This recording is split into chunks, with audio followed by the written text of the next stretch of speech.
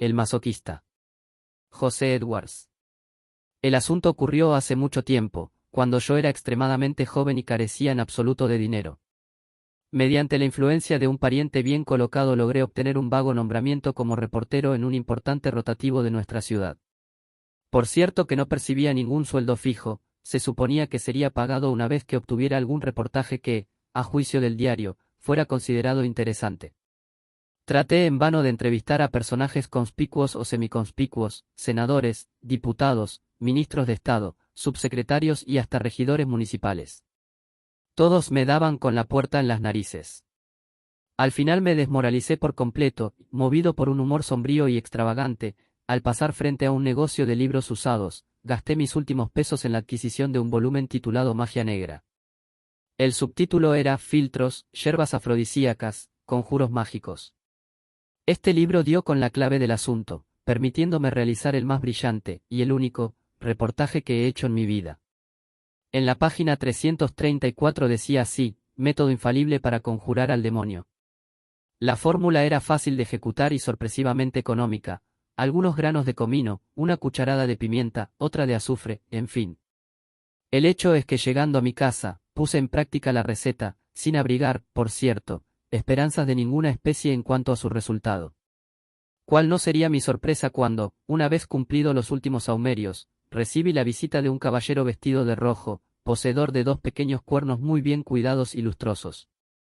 No entró por la puerta sino que se apareció discretamente en un rincón, procediendo casi de inmediato a sentarse, sin esperar mi invitación. Parecía una persona de mucho mundo, un tanto aburrido o desinteresado de cuanto ocurría a su alrededor. Comprendiendo mi turbación, trató gentilmente de ayudarme, iniciando él mismo la conversación. ¿Es usted italiano?, me preguntó. Como yo le asegurara lo contrario, pareció enormemente satisfecho. Me alegro, dijo. No soy muy amigo de los italianos.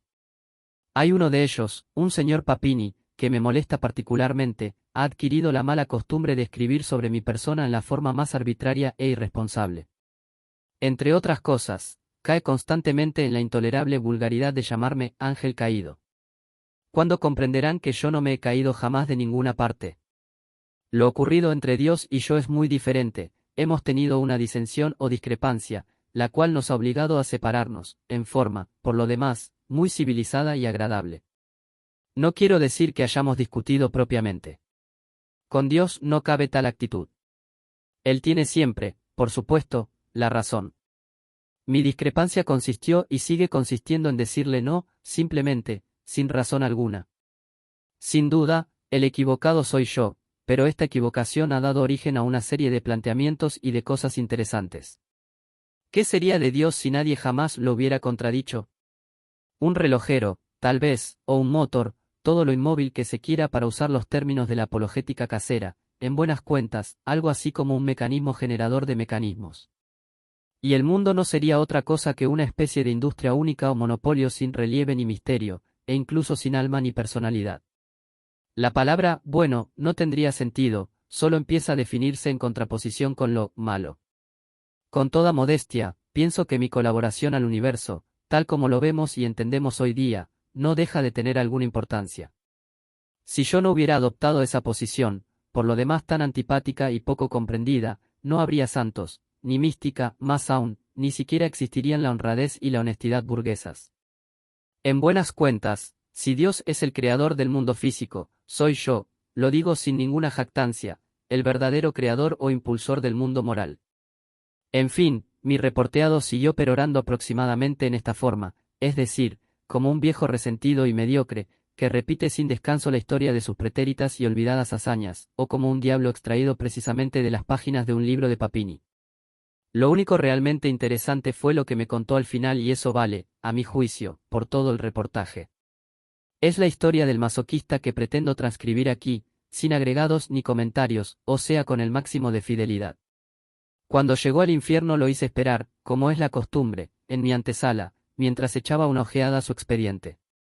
Es una práctica burocrática que ejecuto de mala gana y por lo tanto, con extrema velocidad. En tiempos de epidemias o de catástrofes llego incluso a eliminarla por completo, enviando a los condenados a su castigo directamente, sin mayor análisis. El pretexto que me doy a mí mismo en tales casos es la falta de tiempo, pero este es un pretexto fútil o, si se me permite la expresión, una mentira piadosa. El tiempo me sobra. Lo que sucede es que los pecadores y los pecados son horriblemente insípidos, todos iguales, sin el menor relieve o matiz que los diferencie unos de otros. Una práctica de siglos me ha enseñado a prescindir de sutilezas en mi profesión, mi establecimiento tiende, cada día más, a estandarizarse, 3 o 4 suplicios, 5 o 6 grados de intensidad, eso es todo. A veces acaricio el proyecto de simplificar las cosas aún más, estableciendo el tormento único o suplicio universal.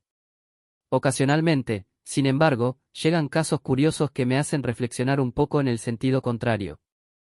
Uno de ellos es el de este sujeto, como lo llaman ustedes, maquinista, francmasonista. Masoquista, corregí con timidez. Ah. Eso es. Eso es. Yo nunca he sido cruel o violento por naturaleza, como vulgarmente se cree. Mi labor la ejecuto fría y mecánicamente, sin ninguna animadversión especial para con mis clientes. Al leer la historia de este hombre, sin embargo, confieso que me irrité, como todo profesional serio, nunca he podido tragar a los aficionados o diletantes. Según rezaba el expediente, desde su más tierna infancia se clavaba alfileres debajo de las uñas, práctica que había perfeccionado, andando el tiempo, llegando a utilizar clavos y hasta tornillos. Después de casado adquirió la costumbre de obligar a su esposa a maltratarlo todos los días, si alguna vez la pobre, fatigada tal vez por las labores domésticas, se resistía a hacerlo, él la obligaba usando la fuerza, es decir, la golpeaba hasta que ella accedía a golpearlo. A sus hijos, que adoraba más que nada en el mundo, los mató, uno por uno, con el deliberado propósito de sufrir él mismo. Por último, pareciéndole todo poco, se recluyó en una especie de claustro particular, a objeto de perfeccionar o dar rienda suelta a su extraordinaria vocación. Allí se hacía tajos con un cuchillo y se inyectaba toda suerte de virus, se apaleaba a sí mismo y se clavaba clavos en el cuerpo con la ayuda de un martillo. Un día cualquiera, en una de sus delirantes orgías, se propasó, llegando al extremo de matarse. Fue un accidente, me aseguró un minuto después, cuando me vi obligado, muy a pesar mío, a cambiar con él algunas palabras. En realidad, yo amaba la vida, y desconfiaba de la existencia de otra, temblaba al considerar la posibilidad de que mis sufrimientos pudieran concluir alguna vez. Tal vez fue esta frase la que agotó definitivamente mi paciencia, sin mayores trámites ni contemplaciones, lo destiné al suplicio número 1, con el grado máximo de intensidad. Ahora verás lo que es bueno, exclamé para mis adentros. Con qué clavitos en las uñas y tajitos en el vientre, ahora verás. Nunca había mandado a nadie con tanto placer al infierno. Mi satisfacción duró poco, sin embargo. Al practicar mi visita de inspección algún tiempo después, pude constatar con desagrado que el hombre estaba entero, optimista y hasta dichoso. Al verme, se acercó murmurando algunas palabras de agradecimiento, llegó hasta el extremo de llamarme maestro. Me enfurecí. Ordené de inmediato la ejecución de una amplia y cuantiosa transformación tendiente a ampliar e intensificar los suplicios que, por lo visto, estaban lamentablemente anticuados. Reparé fuelles y cadenas, algunas de las cuales estaban un tanto oxidadas, hice afilar una vez más todas las púas, ganchos y picotas, y cambié totalmente el sistema de enrarecimiento del aire. Luego dejé pasar unos 30 a 40 años en espera de los acontecimientos, había que darle tiempo al tiempo, o eternidad a la eternidad. Cuando volví, comprendí de inmediato que yo estaba derrotado. El masoquista parecía no solo dichoso sino eufórico, había engordado considerablemente y sus gestos y ademanes eran los de un hombre realizado, en plena concordancia con el medio y seguro de sí mismo. Apenas llegué, me abrazó, luego se hincó espectacularmente, besándome las manos. Nunca podré agradecerle lo suficiente, maestro, las molestias que se ha dado por mí. Estas admirables transformaciones. En fin, todo es demasiado maravilloso. Siento que no lo merezco en modo alguno. Me retiré en forma brusca, sin dar contestación a sus palabras. Me dominaba un sentimiento de asco mezclado a una intolerable sensación de impotencia. Fue entonces cuando decidí apelar a un recurso extremo, rara vez usado, solicité audiencia al caballero del otro lado, es decir al Padre Celestial.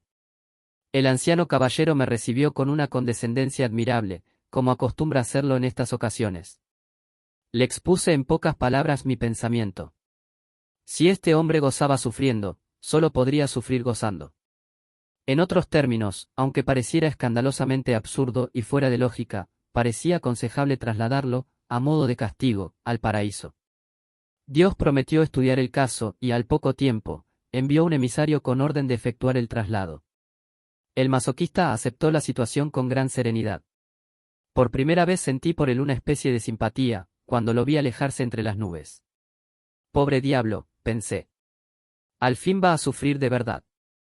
Apenas habían transcurrido unos meses, años o siglos, no recuerdo bien, cuando el mismo emisario regresó con nuestro personaje de vuelta al infierno.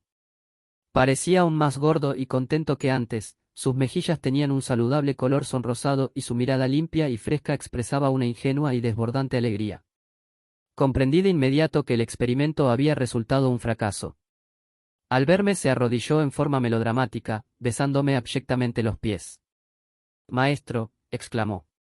«Una vez más debo agradecerle su extraordinaria fineza. He pasado, gracias a usted, por una experiencia inolvidable, no tengo recuerdo de haber sido nunca tan perfectamente feliz». «Pero, ¿cómo?», objeté. «Yo tenía entendido que a usted solo le gustaba el sufrimiento». «Exactamente. ¿Y usted cree que no es un sufrimiento, tal vez el más exquisito de todos para una persona con mis aficiones, el no poder sufrir?» La endiablada dialéctica de este hombre tenía la virtud de encolerizarme hasta la tartamudez. «Y bien», balbucí. «Esto se acabó, no subirá usted nunca más al cielo». Al oír esto, el masoquista se levantó, como movido por un resorte, y antes que yo pudiera evitarlo, me estampó un fogoso y repulsivo beso en la boca.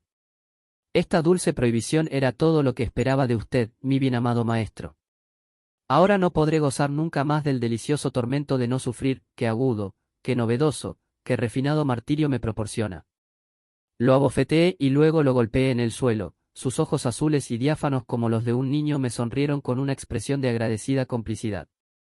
Desde entonces no he vuelto a mirarlo de frente, solo lo observo de soslayo. De más está decir que, a partir de ese momento, nuestra derrota ha sido completa, la mía y, me atrevo a decirlo, también la de Dios.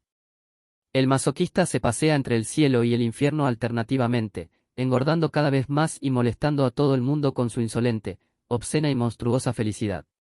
En el curso de los siglos no solo ha engordado, sino también ha crecido, adquiriendo un volumen tal que resulta difícil no toparse continuamente con él, y cuando nos divisa, a Dios o a mí, corre a saludarnos.